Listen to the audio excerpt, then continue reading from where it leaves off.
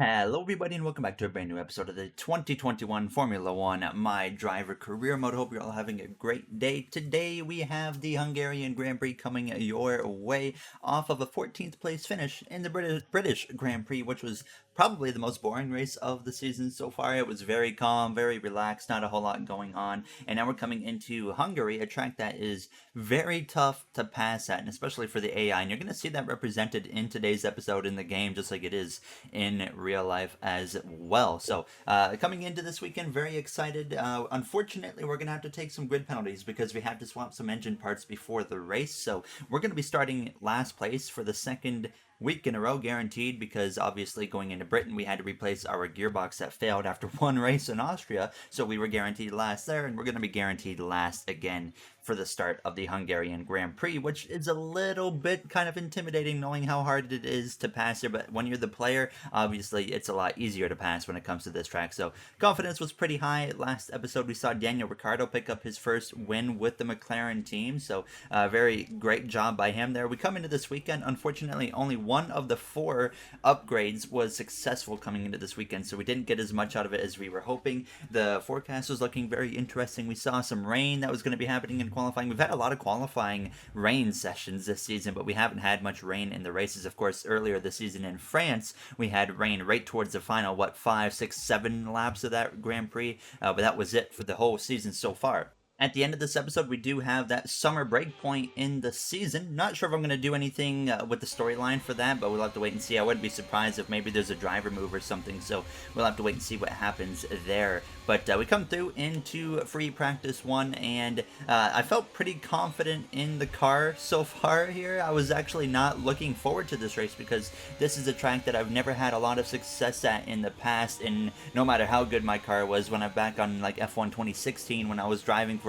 Red Bull and Mercedes, and I always came to Hungary and just kind of struggled a little bit. So my confidence was pretty low, and I had mentioned this before that we go to Britain, Hungary, and Belgium. Those are three tracks that I feel like I don't have the same performance that I do at a lot of other tracks. But Britain, that kind of showed. I had a lot of struggles. Sector 2, we were way off, but that was just because of the AI being stupidly fast, like unrealistically fast, basically like 2020 AI. They had like no understeer. It was really weird. So we come through into Hungary though, and all of a sudden I'm realizing I think I got pretty decent pace. The car was getting better. I was feeling more comfortable as the laps were going on. My third lap here of the practice session, I don't know what happened, but everything just seemed to click, and I was like 9/10 of a second faster here as we came through to cross the line for the race strategy program. So I felt really good because that was like 6-7 tenths faster than the laps I was putting up before then. There you see the finishing results in free practice 1. So Schumacher was better than us, but he was also on the soft tires, so I wasn't really paying attention too much to that time. But we still beat Latifi, who was on a soft tire. We got him by a couple tenths of a second, so that was building the confidence, and the confidence just built this whole race weekend, and I think you're going to see that show up, especially in the Grand Prix. But we, of course, come through into free practice 2 and did the little quick practice thing. I'm getting into a nice routine now where we go into free practice 1, we just kind of roll through the programs, and then we go to practice 2 and we do the quick practice stuff, and then we go into free practice 3 and just try to find the pace in the car and see what we have stacked up against the other competitors. So we came into free practice 3, and my pace was a little bit off because my engine parts were very, very worn, more than I thought they were going to wear. So I was going to have to switch them out during this session actually and call it early, but I would try to get the best lap I could in before I did come into the pit lane to swap these parts, and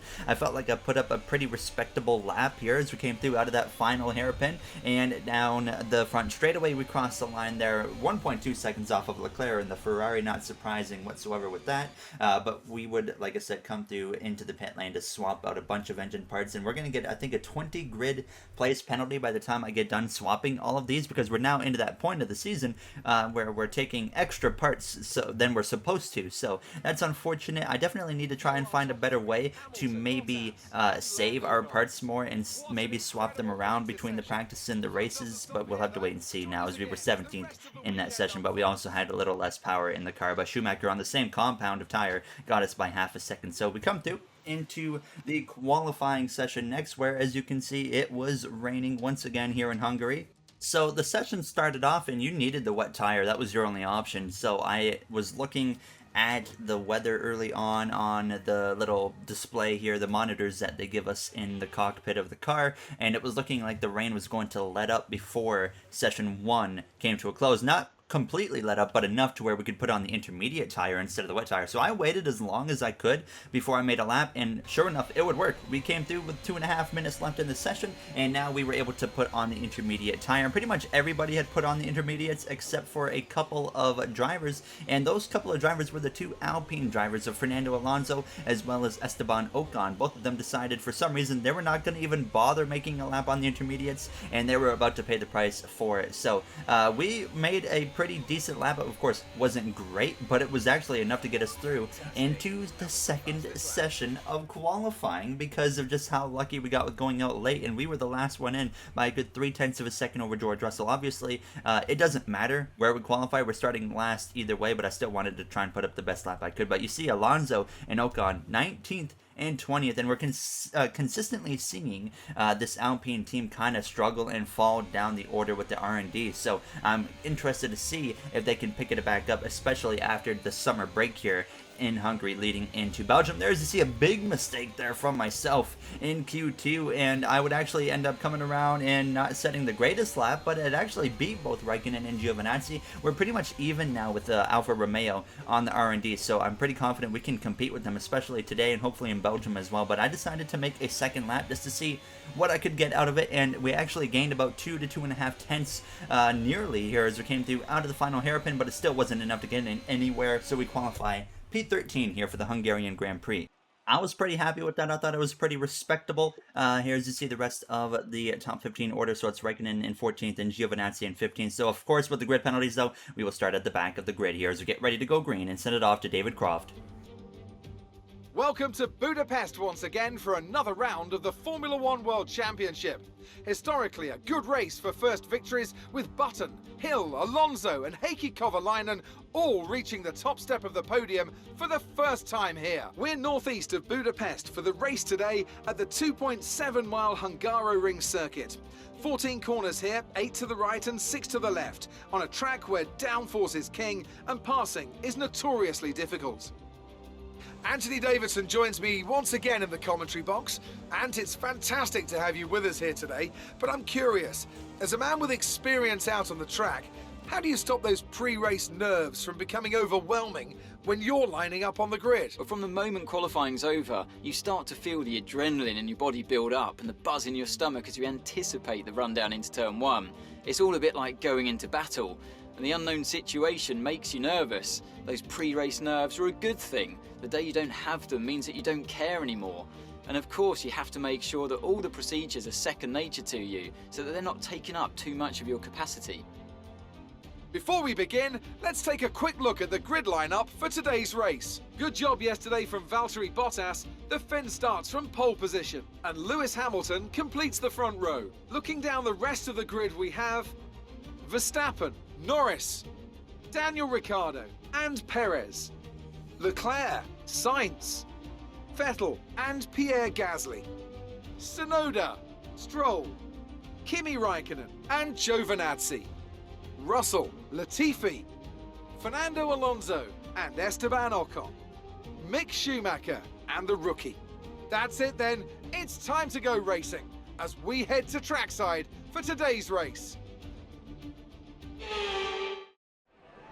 There you have it. A little bit surprised to see Mercedes so dominant to start this weekend, but at the same time, keep in mind, this track, of course, is not about straight line speed, and that's where McLaren seems to be accelerating better than everybody so far, and now they seem just to be a tad bit off of Mercedes coming into this weekend here as we get ready for the formation lap. Now, as it looks like Schumacher as well took a grid penalty, starting behind both Ocon and Alonso here as we get going from 20th place on the grid here in Hungary. It's going to be a tough day, but I'm confident we have enough speed in this car to make something happen. Alright boys, not where we want to be starting. Of course, we know we have more speed in the car. It's tough to pass, but I'm very confident with the car today. I think this is the most confident I've been all season, so I don't see why we can't go gain a bunch of positions and have a respectable finish.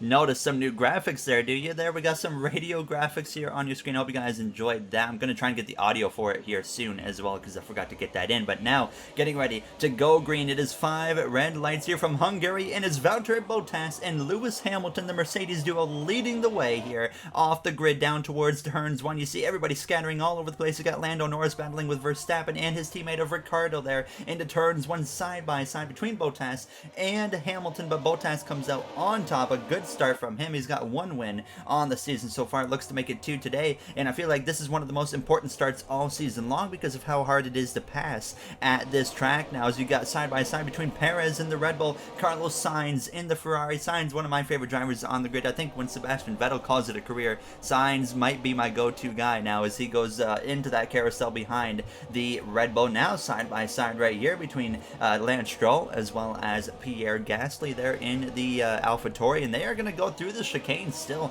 side by side. A mega scrap right there. You saw an Alpine side by side with the Alfa Romeo as well, but these two guys, Gasly, Stroll, still side by side. The Frenchman versus the Canadian. Who's going to come out on top? It looks like it's going to be Lance Stroll getting the position right there now as Bottas continues to lead the way. For myself, it was a very calm start. I just decided to lay back, let everybody settle it out, because when we were going down towards turns 1, I saw it like 4 wide for a brief moment, and I said no thank you. So we settled in P20 still. Didn't want to get over aggressive, but now as we were coming to the end of this first lap, of course I wanted to get ready to make some attacking moves on a guy like Fernando Alonso, because now with them falling down this R&D order, they're still ahead of us, but we're closer and closer to them, as Daniel Ricciardo, by the way, is on the pit lane at the end of this first lap. But now I was wasting no time here. Down into turns 2, I make a move up the inside of Fernando Alonso, and we get him, and now move up into P18.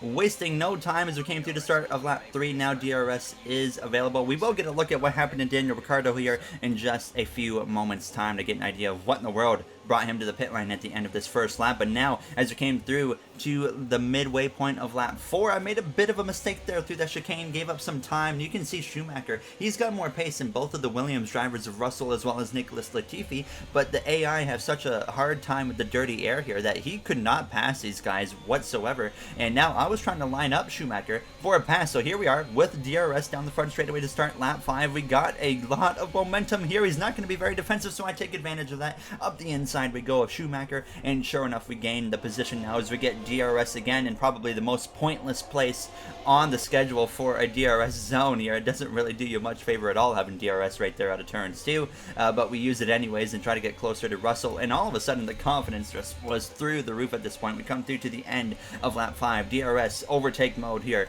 on the ERS now, and we get right to the gearbox of George Russell. He's going to go defensive. Well, I'm going to get even more aggressive than his defensive job, and into turns 1, boom, up into 16th place we go here on the Williams driver. And now we were wasting no time. We got to the back of Nicholas Latifi here on lap 7. Once again, overtake on the ERS, DRS wide open, and a little bit of defense from Latifi, but we lunge up the inside into turns 1, and now we're going to pass him, but he's actually going to do a bit of a switchback on us on the exit of the corner, so we're going to be side by side down towards turns 2, actually hitting the grass a little bit there. Wasn't paying fully attention to the track limits, but either way we come through turns 3, and we will just kind of push Latifi a little bit wide but without contact, and we end up here in P15. Wow, this car is unbelievable so far, guys. I don't see why we can't go run down the Alfa Romeos. Let's go get them.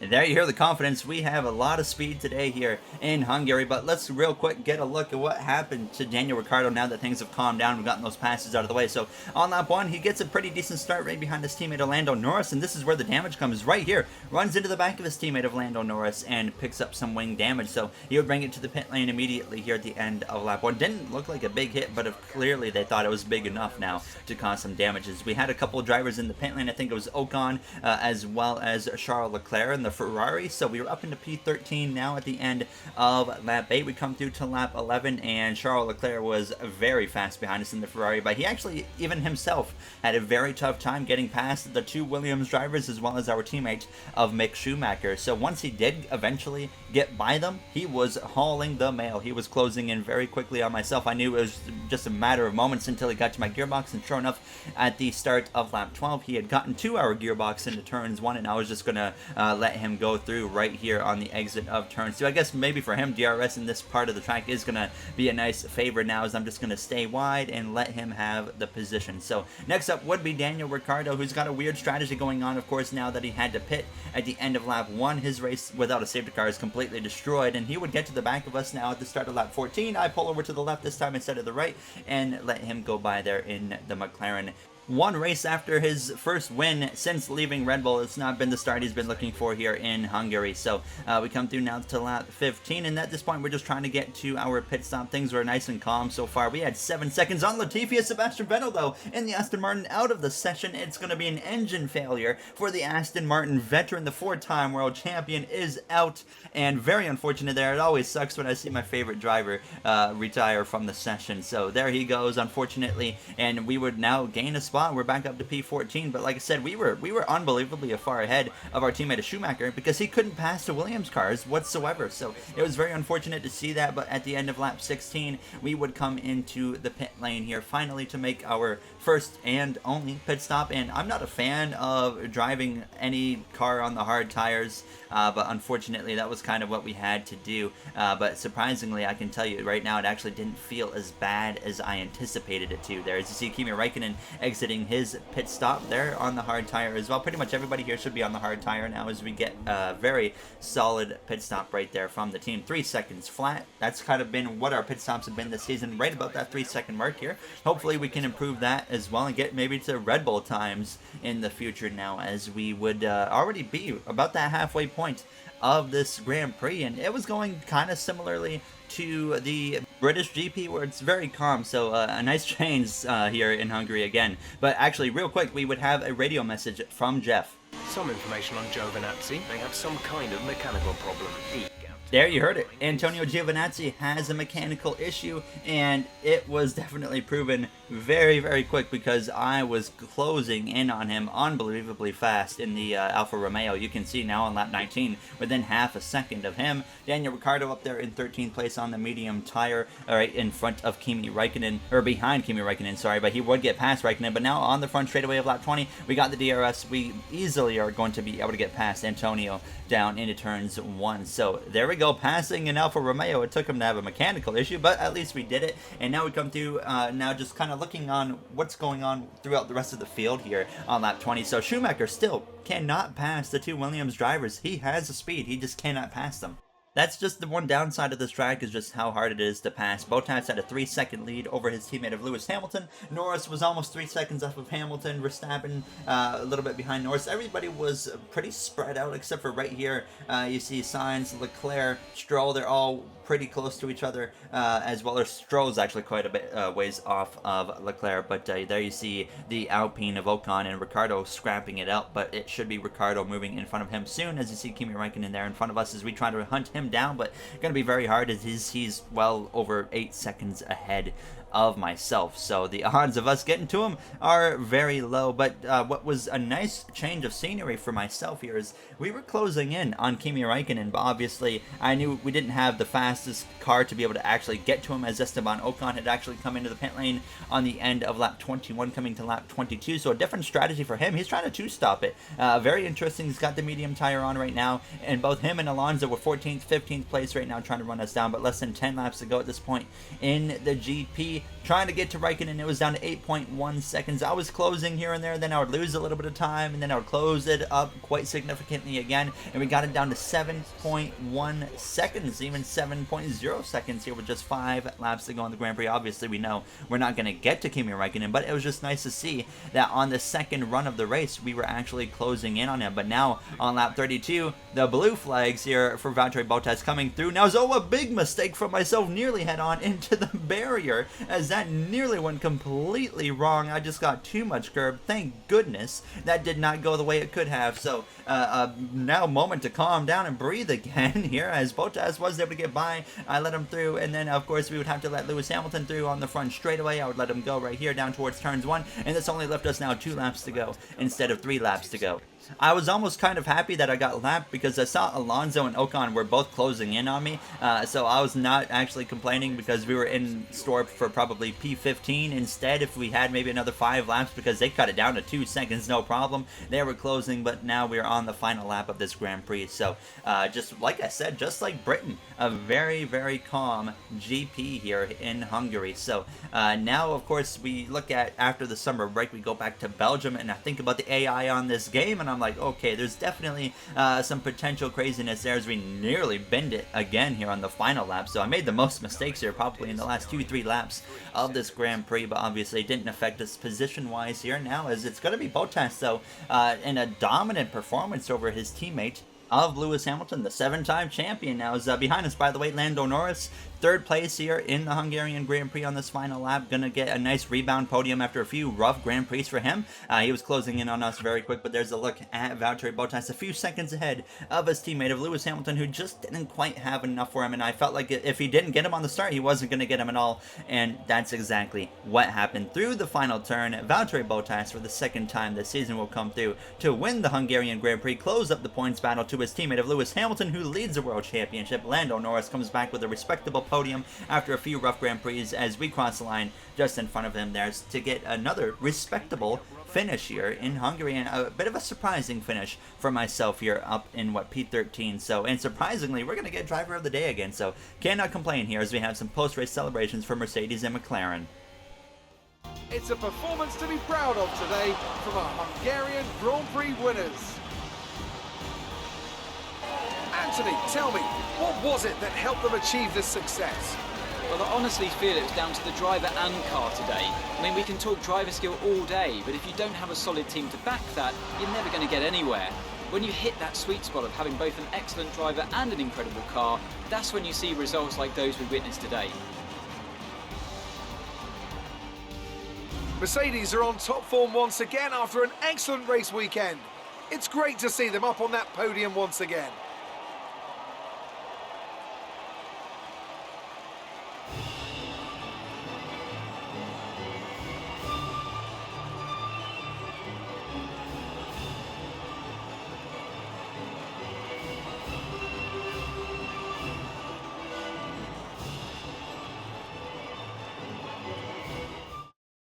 McLaren definitely has something this season. Obviously, when it comes to tracks where downforce is going to be the more important factor, it looks like they're going to struggle a little bit more. But I think when we go to Belgium in the next episode, I would not be surprised if they were a 1-2 with Norris and Daniel Ricciardo here. As you see the finishing order on your screen, you got Sainz beating his teammate of Leclerc there in P6, P7. And then, unfortunately, Schumacher, he did actually get past Latifi, but he could not pass George Russell. So let's look at the standings. So now 8 points separate the top 2 of Hamilton and Bottas as they're trying to run away from everybody. But I think that Max Verstappen, he hasn't won a Grand Prix this season, shockingly, but he has the consistency. So I think that he's got that going for him. Lando Norris, of course, might still have a chance to get up there in the mix as well, as we did have our interview here with Claire at the end of the GP asking how do we feel these grid penalties are affecting the sport. You see that those locked options, those are something I can unlock with my future contract negotiations and driver perks and whatnot when I get more money from the teams,